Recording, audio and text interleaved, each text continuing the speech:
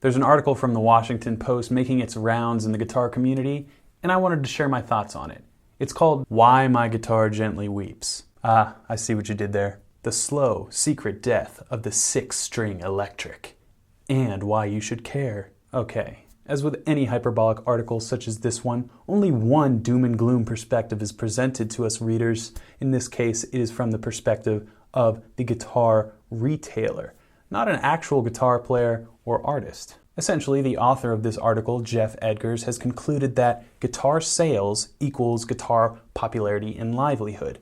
Since there's been a significant drop in guitar sales over the past decade, that means that guitar is dying. It's slowly dwindling away into nothingness. The whole article has kind of an underlying vibe of what I can only call get off my lawn-ism, where the baby boomer generation looks down on younger generations for not appreciating real music and being susceptible to demanding instant gratification in the form of top 40 pop music and electronic music, etc., etc. Obviously, this is a blanket statement, but I will give Jeff the fact that, yeah, there's a lot of crappy music on the radio today. It's a strange coincidence, though, that every interviewee and source in this article is of an older generation.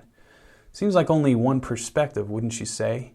Now, to be clear, age doesn't matter. Knowledge is the key to anything, but perspective, there's that word again. It's equally important in this case. So, Jeff, is there anything else that you can think of that could have caused this decline in revenue in the guitar industry? Maybe something that younger generations have access to that older generations didn't have access to during the height of guitar sales. What could it be? What could it... Oh wait, it's the thing that you published your article on. It's the internet. Yes, that's right. The internet is the cause for the drop in guitar sales, not a depreciation of respect for the greatest instrument ever created. Considering that I've been playing guitar for over 15 years, have a degree from the best music college in the world, and in a little under 2 years have built a very successful business on the internet, I feel like my perspective could add some value to this article. Let me explain. In the old days, there were guitar heroes, but these people were more like gods.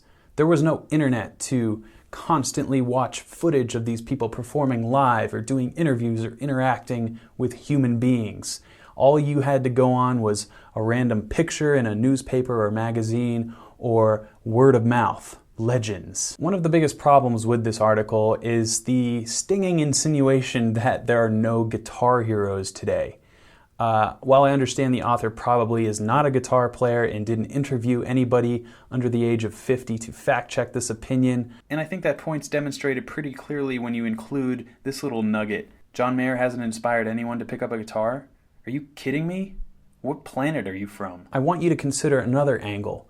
People are so much smarter today than they were 20 or 30 years ago. It's just a fact. We have the internet to research and compare literally any product that we spend money on. This fact is resulting in a new, more sophisticated customer base. Retailers are expecting sustained success without actually pivoting their business models to match the ever-growing intelligence of the people they're trying to sell guitars to. And the only real solution offered in this article for the guitar industry is pretty facetious. It's saying, well, we just need more guitar heroes, that's all. That'll bolster the sales back up to where they're supposed to be. I mean, what a dumb thing to say. Guitar heroes are not manufactured. There's never going to be another Hendrix. There's never going to be another Jimmy Page. There's never going to be another Clapton. Guitar heroes take new forms these days. Joe Satriani, Steve Vai, Guthrie Govan, just to name a few. I'm going to put a whole bunch of other names right here. Oh yeah, those guys are guitar heroes. If you were in the guitar community, you would agree with me. But how's this for a mind-blowing statement? I'm a guitar hero. Rob Scallon's a guitar hero. Stevie T's a guitar hero. Jared Dines is a guitar hero. And I'm not saying that to be a braggart. I know how dumb that sounds, but YouTubers serve the same purpose for brands as guitar heroes do. We live in a new age, so get used to it. Billboards, magazine ads, commercials, these are not effective marketing strategies anymore, and that is the problem with the guitar industry.